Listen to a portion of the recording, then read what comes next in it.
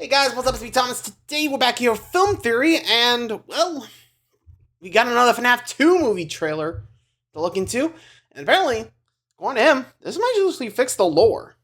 Not sure about the whole franchise in general, or how it ties back into the games. Don't know, we're about to hop in and find out though, so let's watch. Be sure to like, subscribe for more, hope you enjoy. Here we go. We finally have some answers. The last Five Nights at Freddy's 2 trailer just dropped ahead of the movie's release in December, and let me tell you, this one actually gives us some closure on questions the fan base has had for years.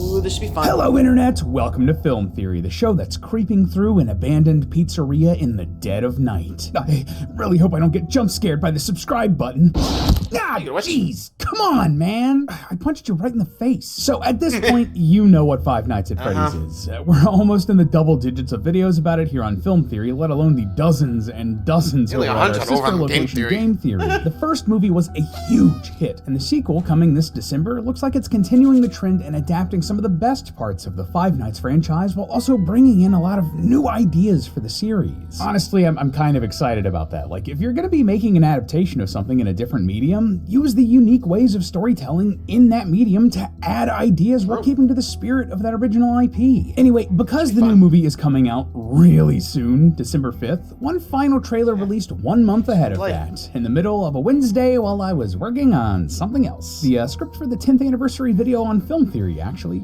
Man, FNAF, it's making me delay that until January, just...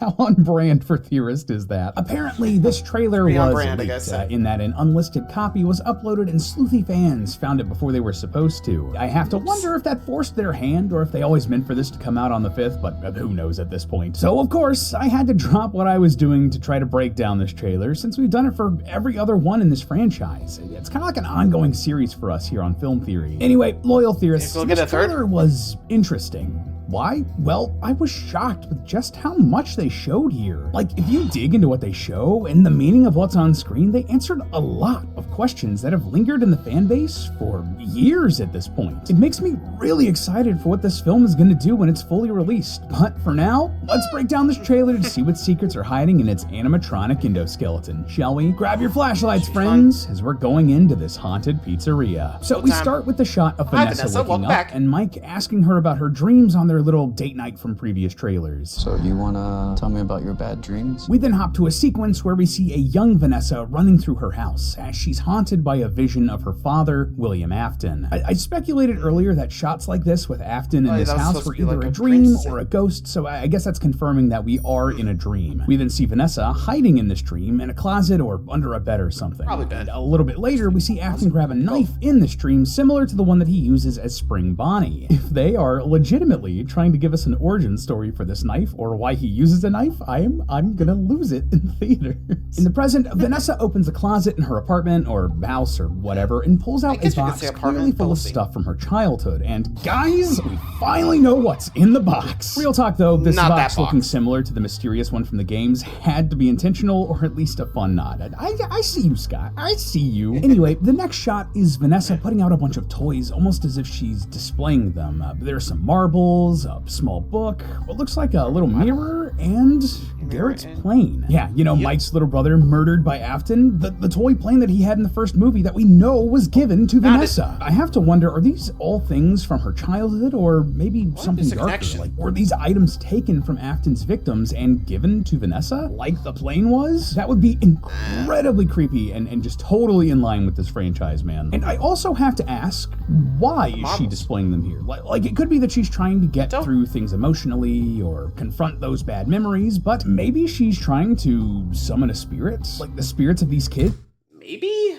I mean, I know serial killers do have, like, sometimes keep mementos of, like, their victims. You know, I mean, I don't want to bring up an example, but you get the idea. They want, you know, remind them of, like, oh, yeah, I got away with that one. Or something to remind themselves of kills. So, it's possible they're just mementos that Afton took from the kids. I mean, that was Garrett's plane originally, so I don't know if she knows that was Garrett's, or I don't know, I'm curious about that. Or maybe of her father? I don't know if that makes a lot of sense or if it would work with the story, but it did come to me and I wanted to share that idea. Over all of Makes this, sense. we hear Mike say, We're never gonna be able to move forward until you deal with some of the mess you left in your head. this is interesting Mess in because your it sounds head, a huh? lot like what Vanessa was dealing with in Help Wanted and that whole era, where Glitch Trap was a sort yeah. of AI infecting her brain and all of that jazz. But instead of using the weird new era stuff with AI and making it all confusing, we're just using a lot of the paranormal reasoning from the earlier, simpler, and frankly more popular parts of the franchise as a jumping off point. Again, this is just another enough. example of taking stuff that worked from every era of the Freddy's IP and smushing it into these movies. Next up, we cut to a scene of Mike talking to a man, looking over various pictures and newspaper clippings regarding Afton, a little girl, the pizzeria, and the murders. And let me tell you, when I saw this scene, I got super excited because clearly this guy is supposed to be Henry Emily, Afton's business partner from the game franchise and father of Charlie Emily, the girl that possesses the puppet in the games who we believe will do the same here in the movies. There are plenty of reasons that this guy is Henry. Like,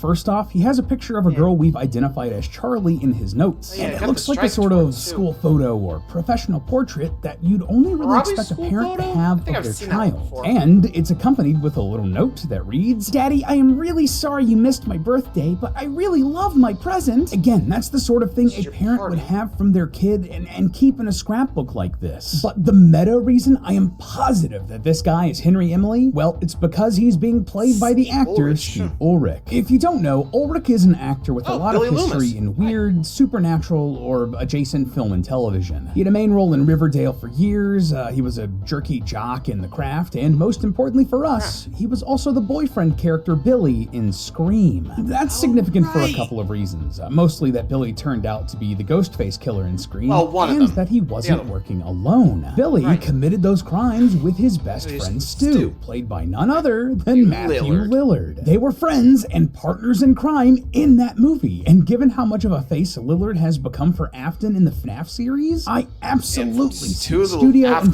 filmmakers getting Ulrich for the part The of odds. Henry Emily, Afton's business partner, as a nod to Scream and a bit of stunt casting that horror fans would love. And to be clear, this is not me saying that pretty Henry in interesting, the film but, is like a co-conspirator in all of Afton's murders or anything like that, only that they were partners in making the animatronics. Now, talking about this wrong actual there. moment in the trailer, there do are you say? lots of small details I wanted to mention and break down what did because Emily they're say? eyebrow-raising at the very least. First of all, the shirt Charlie is wearing in this photo has black and white stripes, once again driving home the puppet aesthetic. And secondly, her note talks about a present, which again is a nod to the puppet. The puppet animatronic comes out of a present, and the night she went missing in the games, it was because she was locked out of a birthday party. Like really, they're just hitting the nail on the head over and over again that Charlie is going to be the puppet, and it's very on brand. Next, the note also says, "I miss our park," before getting cut off because it's folded over. This is a bit weird. At first I thought it might be referencing FNAF 1, where Garrett went missing in that movie. Like maybe it was a pattern for Afton that he took kids in parks, but that falls apart for a couple of reasons I'll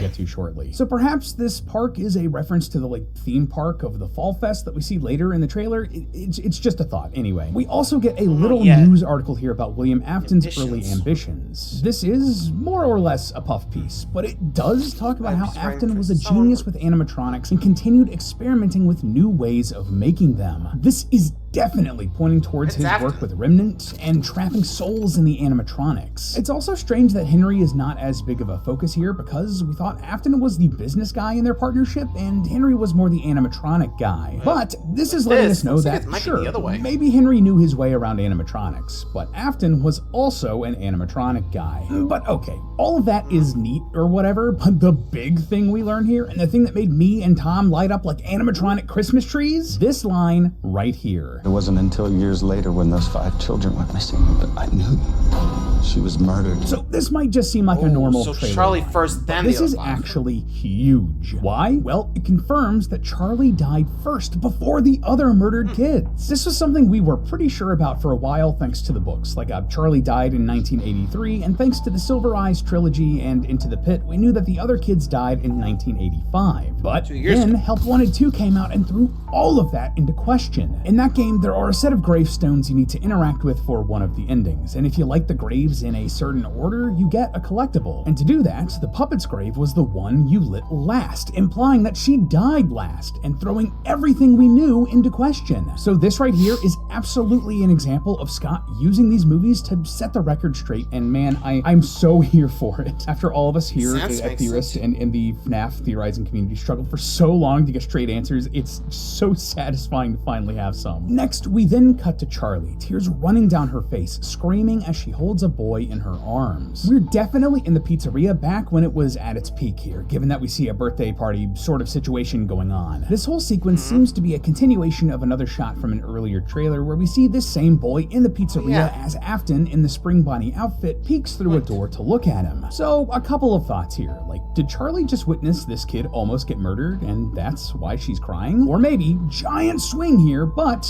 are they both already dead? Yeah, probably not. Everyone is looking at her when she screams, but it would be a cool Sixth Sense type of reveal if when she puts the kid down we see like a stab wound or something. But more importantly than that, I'm pretty sure...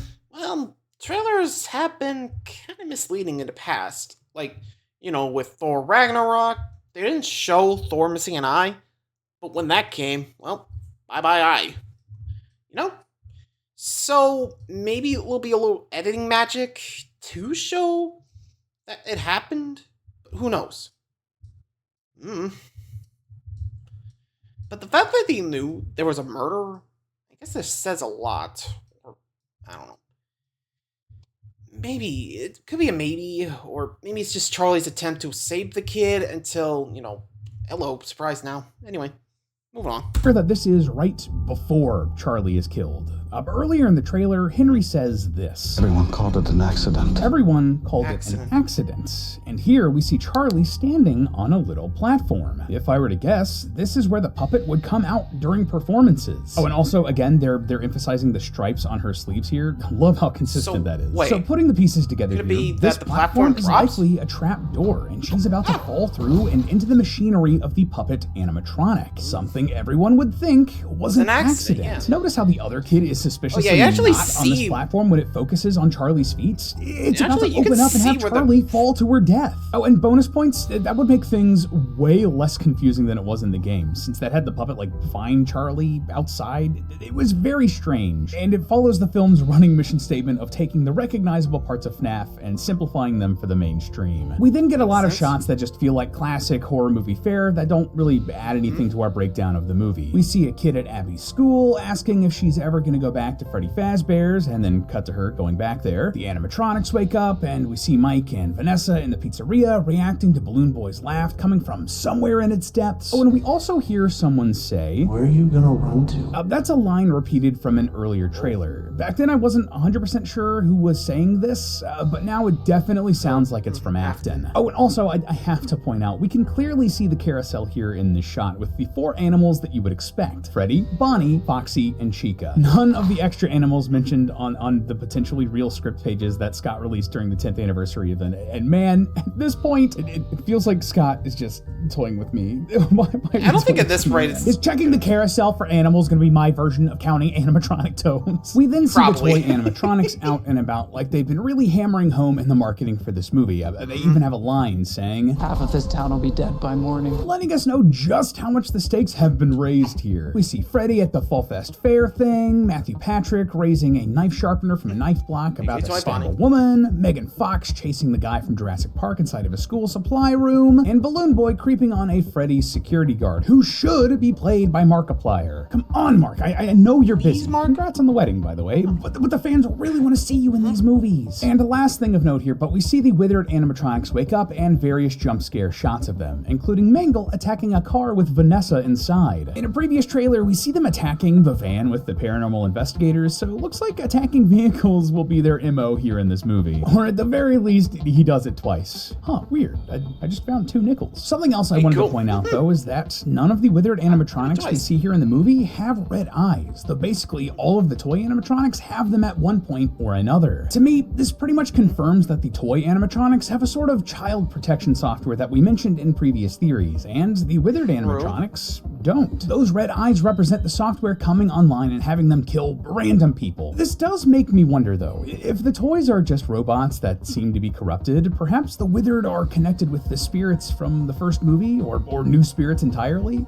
It's just a thought. Now, those are the broad strokes of the trailer, and most Maybe of our they'll learnings have from the, it. But of you know, course, withered it's a ones FNAF team up trailer, with, and there's you know, deeper meanings to be Mike found and here. Vanessa And to stop probably the the most toys? important I don't know. thing that I picked That's what up I'm from this thinking. trailer was that it really seems like this movie is going to be answering a lot of questions that the series has asked for a long time. When young Vanessa is having this scary dream about her dad in the trailer, we see a bunch of images of a workshop. There's a bunch of animatronic equipment, as well as like medical tools you might find in a doctor's office or hospital or whatever. Now, there's a lot of dust on this medical equipment, so if you ask me, this actually isn't connected to the dream at all. This is something I think the characters are going to find in the present day, and it just like matched the tone for the rest of the trailer, so you know they pulled trailer Put it in, trickery yeah. and shoved that together. But that's neither here nor there. No, the big thing I wanted to focus on here was this. We see designs for a Freddy Fazbear animatronic on some old paper. Of course, you know us. When something like this pops up on screen, I absolutely had to pour over to see if there was any new information we could glean from it. And oh boy, don't you know that there was. You see up here where it says that this is Freddy 3.0, that it's a new design? Well, that's significant because if you compare this against all the other Freddy animatronics we see in the film series, this lines up most with the Freddy Fazbear from the first movie. The main Freddy, the classic Freddy, not the withered or the toy Freddy designs. You can really tell if you compare the jaw designs for the blueprint, classic Freddy, toy Freddy, and withered Freddy. This is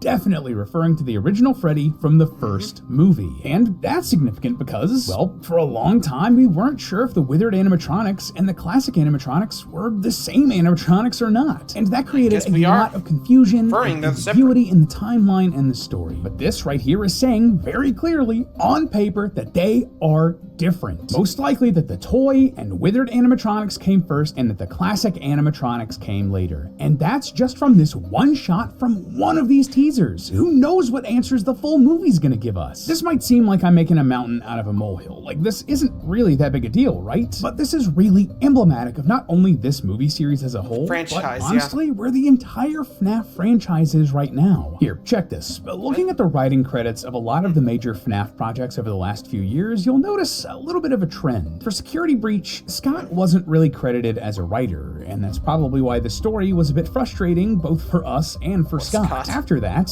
neither the DLC for Ruin or Help Wanted 2 had credited writers, but the first movie had Scott, Seth Cuddyback, and Emma Tammy, the director of the movie, all as writers. And in more recent projects, well, Scott was the main writer along with Steel Wool co-founder Jason Topolsky on Secret of the Mimic. And Scott is the only writer on this new FNAF 2 movie. And what that tells me is that Scott is trying to take the story of FNAF back. He's trying to claw back control over this franchise and this narrative to make it the way he wants it to be. To go back and tell these stories in a way that's more crystal clear and planned out, because he was kind of flying by the seat of his pants when this series originally came out. And with these movies, he's taking that opportunity to make it crystal clear, all while giving us more than a little bit of fan service along the way. Like, for real, did you see Toy Chica? What are we doing here, man? But hey, that's all just a theory. A film theory. And cut. Up next.